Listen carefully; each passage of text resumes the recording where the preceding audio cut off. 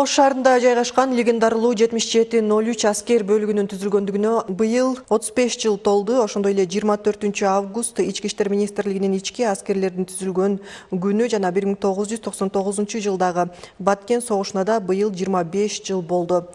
Бул маанилүү даталарга байланыштуу 7703 аскер бөлүгү атайын иш-чара өткөрдү. Ага өздүк курам, жергиликтүү бийлик өкүлдөрү жана коомчулук катышты. Анда келгендерге аскер бөлүктүн тарыхы жана андагы жоокерлердин коомдук коопсуздукту, тартипти сактоодогу эрдиктери тасма аркылуу көрсөтүлдү.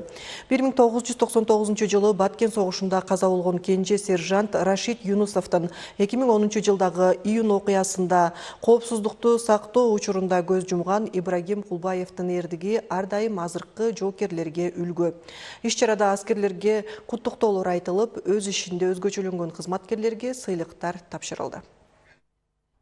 24 август ички аскерлердин түзүлгөн күнү болуп, ушу 1999 жылы Баткен областында болгон окуядан кийин ички аскерлерине Кыргыз Республикасынын өкмөтүнүн токтому менен белгиленген 24 август деп.